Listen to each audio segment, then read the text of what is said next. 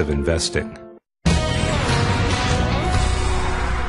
Big discussion right now on Social Security and the 1.7% cost of living increase for 2013. It's one of the smallest since automatic adjustments for inflation were adopted back in 1975. Our next guest is definitely not holding back when it comes to his opinion on Social Security. Fox News senior judicial analyst Judge Andrew Napolitano. And seniors get very, very upset when they get these little, if no, cost of living increases in their Social Security checks. That's because the government has built a dependence on itself for those receiving Social Security, Medicare, Medicaid. When FDR and the Democrats first came up with the idea of Social Security, FDR promised, we'll be holding your money for you. This is your money. We will hold it. It's a nest egg. It'll grow.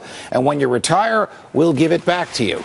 At the same time he was saying that, he dispatched Justice Department lawyers into the Supreme Court to resist constitutional challenges to Social Security. And in their argument, they said to the court, it's not the people's money, it's the government's money. And the government doesn't even have to give them back. It's part of the government's general funds. And guess what? The Supreme Court agreed with them. So there is no contract between Social Security contributors, which is the three of us and everybody who's watching us and works, and Social Security recipients. That money is given by the political will of Congress, not by any legal obligation to do so. It's essentially in treasuries. It's the federal government borrowed it from the trust fund. Well, yes, because the money that is deducted from our pay here every week is spent immediately by the federal government, but the money that is paid to our parents and grandparents is borrowed.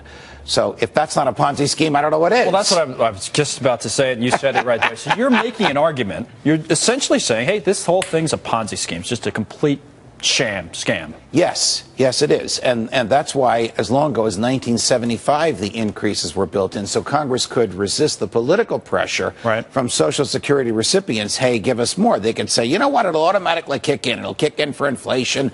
And when 1 + 2 + 3 is added up and divided by A minus B minus C, you know, some calculation. I'm just giving you a hypothetical example of what the calculation looks like. Can I ask you a random You'll get your more money. Question. So what's the purpose of making that argument now, just in pragmatic terms? In other words, anybody who talks about Social Security, they're debating, should we raise the retirement age? Should we do this, that? Nobody in the main, in the political discourse is saying, hey, just get rid of the whole thing. It's a scam. Well, very few people are saying that. Actually, Paul Ryan has suggested getting rid of it or reducing it, not for current recipients of it, but for people like the three of us who are not yet recipients of Social Security would be given certain options. And people who are, forgive me, Dagan, younger than any of the three of us. See, I look younger because of the facelift. Of course you do, which would be given a lot of options at the beginning of their work years. Right. And among those options would be to keep the money yourself and to care for yourself. And the reason Congressman Ryan has advanced this, again, it wouldn't affect anybody currently receiving it, is he knows and has acknowledged it's a Ponzi scheme. It will eventually go bankrupt, that more money is going out than is coming in, and at some point it won't be able to make ends meet. We're talking about Social Security. That fund exhausted in 21 years. Medicare, the fund there, exhausted in 2024. So much sooner than that. Yeah.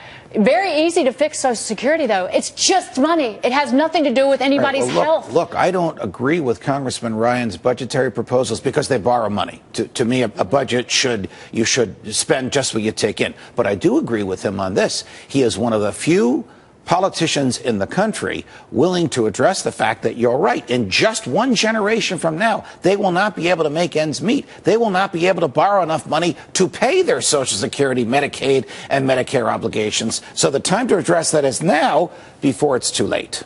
Easy fix for Social Security. And then you try and take on Medicare, and you're dealing with life and death issues. There's too many people dependent on the federal government, and now the federal government's about to run out of cash. What do we do? Thank you, Judge. Pleasure, guys. Thank you for coming on. Well said. That's all we could do for now.